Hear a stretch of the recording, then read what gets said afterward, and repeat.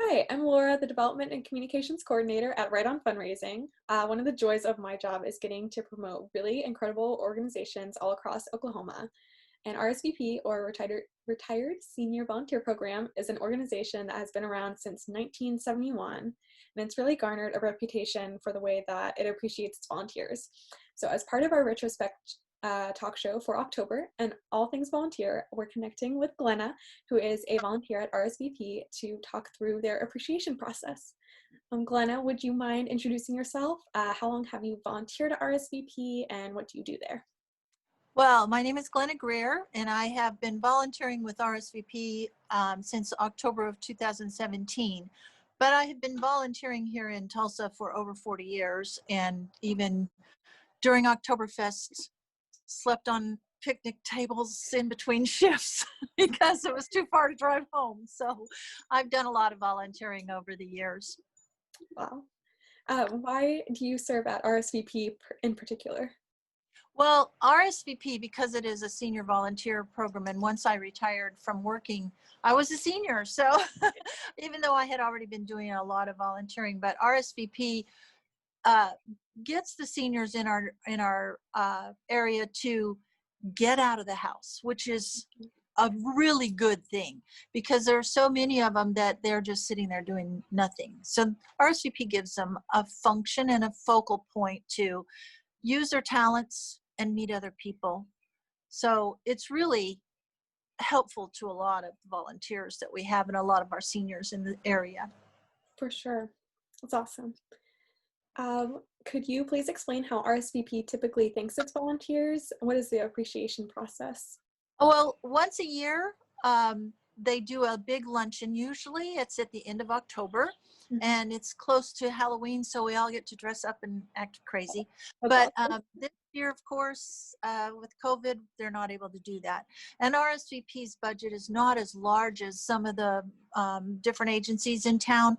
So they can't do a lot, but the luncheon is wonderful. It's usually held at Tiamo's, and we have a wonderful time. And they do door prizes and recognitions of how many hours and that sort of thing.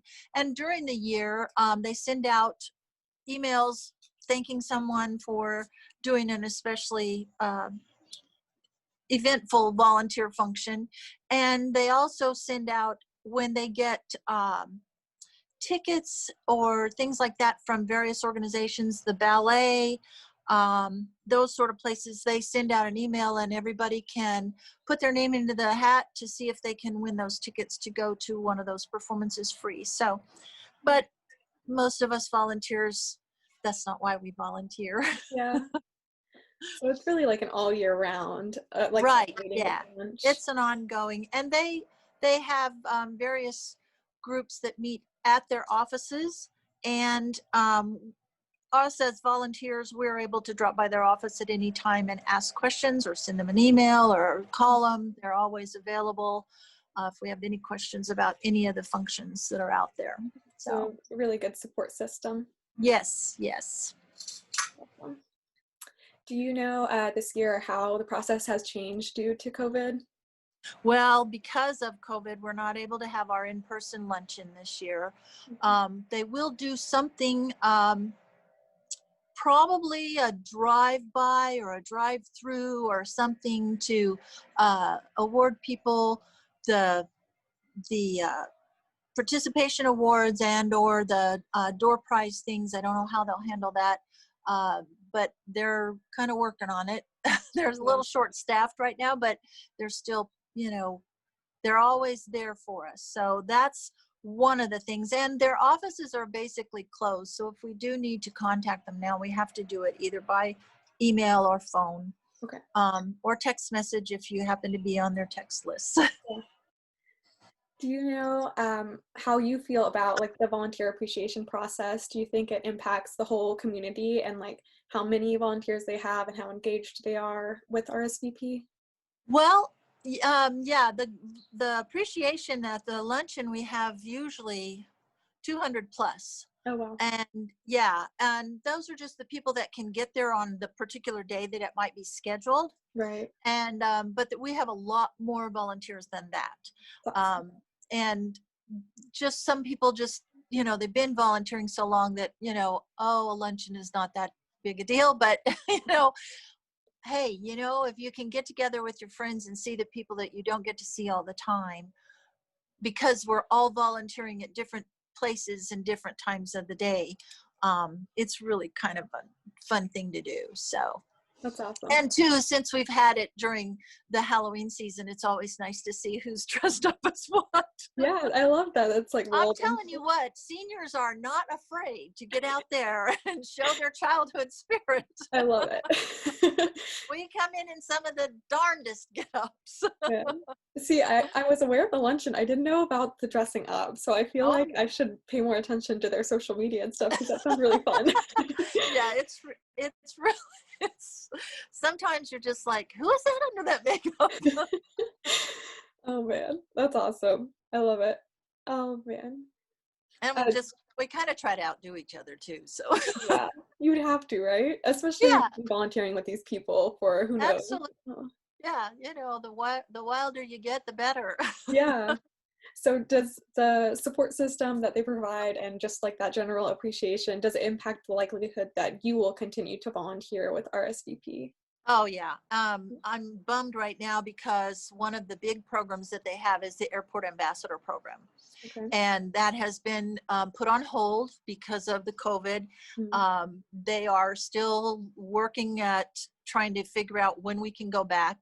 And that is the one thing that a lot of our volunteers do. There's a large cadre of volunteers in that program.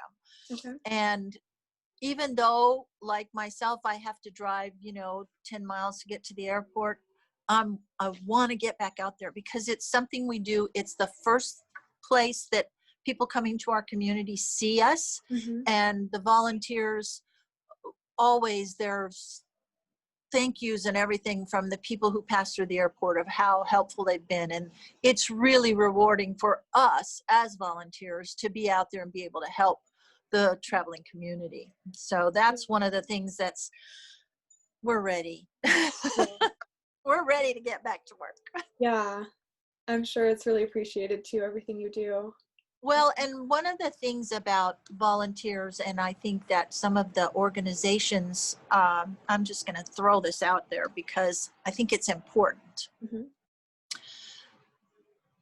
Senior volunteers doesn't mean that we can't get out there and do during this time.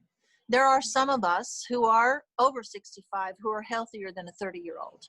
And because we've been around the block, we know how to take care of ourselves and we do what's necessary to take care of ourselves. So these volunteer organizations, they've put out this thing that, if they're over 65, you can't do this. Wrong. You've got to look at who that volunteer is. Yeah. And that volunteer knows very well if they are able to do these kind of things. So I think that some of these organizations, in appreciation of volunteers, should recognize that seniors are a big part of what can be used. For sure. The Red Cross blood donation, I just started doing that, and they don't care how old you are. Yeah. I mean, they've got all the controls and the safety measures in place. Mm-hmm. So they don't care. Yeah. And it gives you an opportunity to get back out there and give back to your community. Yeah. So, for you, I mean, that's just something I thought people ought to know. Yeah.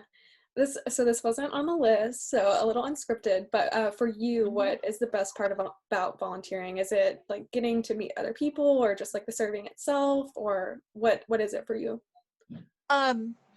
I think for me, it's getting the serving itself and being able to get out and do and give back to my community and meet new people. And, because I don't know, for me, if I stay home, I'm going to find something that's broken, then I have to spend money to fix it. And so being home, it's like, okay. And sometimes, some of us may spread ourselves a little thin with our volunteering, but mm-hmm. It's who I am. It's what I do. It's what I love. I retired because I wanted to start volunteering more. Oh, wow. That's so cool. That's why I retired when I did. Wow. Well, that's really awesome. So to add to your advice that you had for nonprofits, is there any other thing that you would like nonprofits to know about their volunteers that maybe they don't know?